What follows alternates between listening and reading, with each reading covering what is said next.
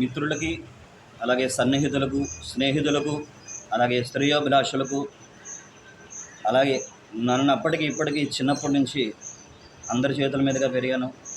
So చాలా రోజుల క్రితం నుంచి ఒక విషయం ముఖ్య విశేషం చెప్పాలనుకుంటున్నాను.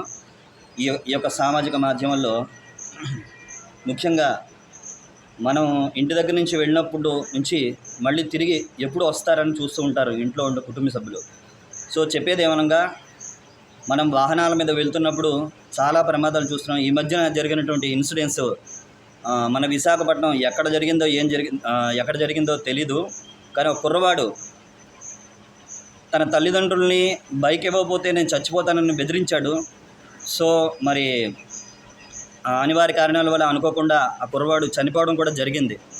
సో సంగతి ఏంటనగా, ముందు తల్లిదండ్రులు కూడా పిల్లల్ని ఆలోచిస్తూ వాళ్ళు ఒక వస్తువు అడిగారంటే అది ఇస్తే బాగుంటుంది, ఆ వస్తువుతో పాటు ఈ వస్తువు కూడా మన మనిషి అనేటువంటి వాల్యుబుల్ మనిషి కూడా మన జీవితాంతం తోడుగా ఉంటారనే ఉద్దేశంతో వాళ్ళకి చెప్పే విధానంగా చెప్తూ, తల్లిదండ్రులు ఇంట్లో తన పిల్లల పట్ల శ్రద్ధ వహిస్తూ చెప్పే విధంగా చెప్తే పిల్లలు కూడా వింటారని, అలాగే మనం ప్రతిరోజు బండి ముందు వెళ్ళే ముందు ఈరోజు కూడా జరిగినటువంటి సంఘటన, ఒక అమ్మాయి చాలా కాలేజీకి టైం అవుతుందని చెప్పి చాలా స్పీడ్గా వచ్చి బుద్ధిదంట పని చేసినట్టుగా అయ్యింది. కానీ ఆవిడతో నేను చెప్పా, మా కాలేజీకి సమయం అయితే 1 గంట ముందు లేచి వెళ్ళండి, దయచేసి మనం చాలా స్పీడ్గా వెళ్తాం, చాలా జాగ్రత్తగా వెళ్తాం, కానీ ఎదుటివారు వచ్చి గుద్ది మరణిస్తే మన ప్రాణం పోతే మనల్ని 18 సంవత్సరాలు 20 సంవత్సరాలు కని పెంచి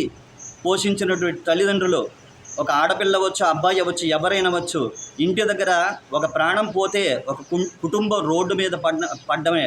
కాబట్టి పుట్టడం అలాగే చనిపోవడం మన చేతుల్లో లేదు. కానీ దయచేసి మనం వెళ్ళే ఏదైనా ఒక పని ముందే వెళ్ళే ముందు 1 గంట కాలం 2 గంటల కాలం అలారం పెట్టుకొని మనం లేచి త్వరగా ఆఫీస్కి అవ్వచ్చు, లేదు నేను వెళ్తున్న దేవాలయం కావచ్చు, వెళ్ళినట్లయితే మనం ఈ ప్రమాదాల బారి నుండి ఒక్కసారి ఇంట్లో ఉన్నటువంటి ఎవరైనా సరే మనం వెళ్ళే ముందు మన ఇంటి దగ్గర మన అమ్మా నాన్న ఉన్నారు, మన కుటుంబ సభ్యులు ఉన్నారు,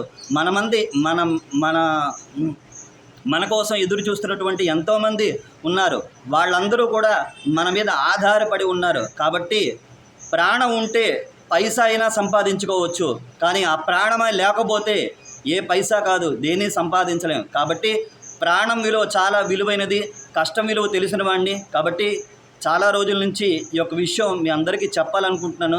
దయచేసి ఇంకో విధంగా నేను ఈ వీడియోతో నేనేదో లైక్స్ సంపాదించి నేనేదో సెలబ్రిటీ అవుతానో కాదు.